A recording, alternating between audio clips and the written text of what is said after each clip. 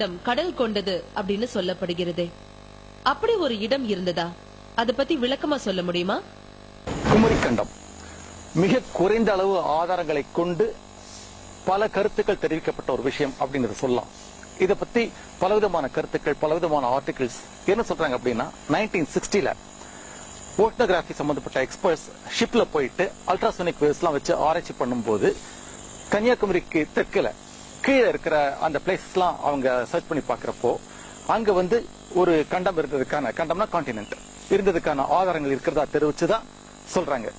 எந்த ஷிப், எந்த எக்ஸ்பர்ட்ஸ், அவங்க பேர் என்ன, போய் என்ன பண்ணாங்க, எவ்வளவு ஆழத்துக்கு அவங்க சர்ச் பண்ணி பார்த்தாங்க, எவ்வளவு தூரமா போய் சர்ச் பண்ணி பார்த்தாங்க அப்படிங்கிற டீடைல்ஸ் ஃபுல்லா கிடைக்கல. இதுல சில குழப்பங்கள் இருக்கு. ஏன்னா ஏறக்குறைய 3200 கிலோமீட்டர் தூரம் வரைக்கும் இந்த குமரி கண்டம்னு சொல்லப்படும் அந்த ஒரு லேண்ட் சர்ஃபேஸ் பரவலா காணப்பட்டது. அதனால அதுதான் குமரி கண்டம் அப்படின்னு சொன்னதாக சில ஆர்டிகிள்ஸ்ல தெரிவிச்சிருக்காங்களே தவிர அந்த ஆராய்ச்சி கட்டுரைகள் என்னங்கிறது எக்ஸாக்டா தெரியல.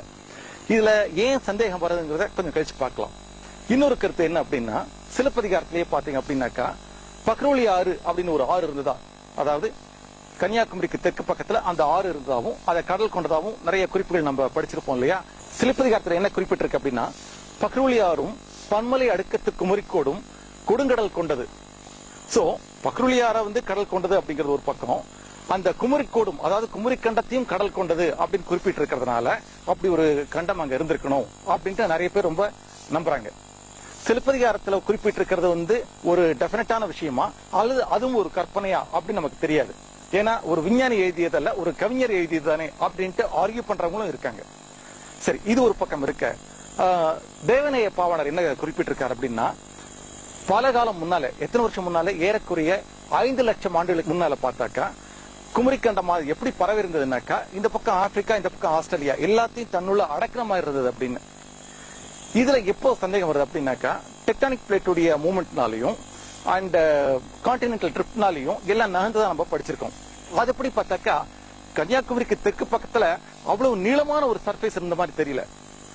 அப்படி ஒரு கண்டம் இருந்து அதை மட்டத்தையும் சேர்த்து தனக்குள்ள அடக்கிட்டதா இருந்தா சொன்னாக்கா, அத்தனை லட்சம் அல்லது மில்லியன் இயர்ஸ்க்கு முன்னாடி பார்த்தாக்கா எல்லாமே சேர்ந்து ஒரு யூனிட்டா தான் இருந்தது. அதுக்கப்புறம் எல்லாமே ஸ்பிளிட் ஆகி கொஞ்சம் கொஞ்சமா மாற ஆரம்பிச்சது. அப்ப அதுவும் நம்மள சேர்ந்து நம்ம ஆர்கியூ பண்ண முடியாது இல்லையா. சோ இப்படி ஒரு ப்ராப்ளம் இருக்கு. இது முன்னால இருந்த தமிழ் சம்பந்தப்பட்ட கருத்துக்கள். இதுவே scientist and other experts, oceanography சம்பந்தப்பட்ட எக்ஸ்பர்ட்ஸ் இவங்க அதுக்கப்புறம் லேட்டஸ்ட் எக்யூப்மெண்ட் வச்சு நிறைய ஸ்டடி பண்ண ஆரம்பிச்சாங்க. அதை பத்தி வந்த விளக்கங்கள் என்னன்னு பார்க்கலாம். நாங்க நிறைய சர்வே மாதிரி எல்லாம் பண்ணிட்டு இருக்கோம் கடலுக்கு அடியில மூழ்கின கான்டினென்ட்ஸ் பத்தி.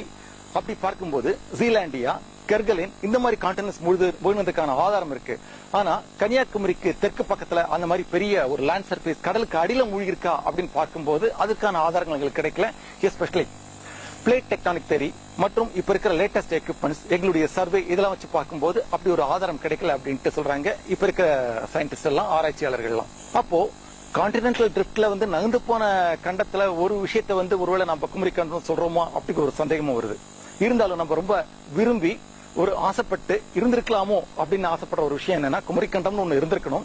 அதுவும் 5 லட்சம் வருடங்களுக்கு முன்னால அந்த இடத்துல முதல் தோன்றிய மாந்தன் தான் குமரி மாந்தன் அப்படின்னு அழைக்கிறோம். அப்போ ஒரு லாங்குவேஜ் இல்லாதனால சைகை மொழியில் தான் அவன் பேசிட்டு இருந்ததுனால அந்த சைகை மொழி தான் பின்னால டெவலப் ஆகி கொஞ்சம் கொஞ்சமா அப்புறம் ஒரு மொழி ரூபத்துக்கு அதுதான் தமிழ் மொழி ஆச்சு அப்படின்ட்டு நிறைய கருத்துக்கள் இருக்கு, குறிப்புகள் இருக்கு, ஆர்டிகிள்ஸ் இருக்கு.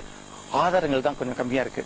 இப்போ என்ன பண்ணணும் அப்படின்னாக்கா, இந்த குமரி கண்டம் அப்படின்னு ஒண்ணு இருந்ததா அப்படின்னு ரிசர்ச் பண்ணி கண்டுபிடிக்கிறதுக்காகவே நிறைய பணம் செலவு பண்ணி பெரிய எக்ஸ்பர்ட்ஸ் லேட்டஸ்ட் எக்யூப்மெண்ட்ஸ், அது அல்ட்ராசோனிக் அல்லது சோனோகிராபி வாட் எவர், அதை வச்சு கண்டுபிடிச்சு கீழே அண்டர் வாட்டர்ல போயிட்டு அதுக்கான எக்ஸ்பர்ட்ஸ் வச்சு அந்த மாதிரி ஒரு லேண்ட் சர்ஃபேஸ் இருந்ததா இப்படிலாம் கண்டுபிடிக்கிறதுக்கு எக்கச்சக்கமான செலவாகும்.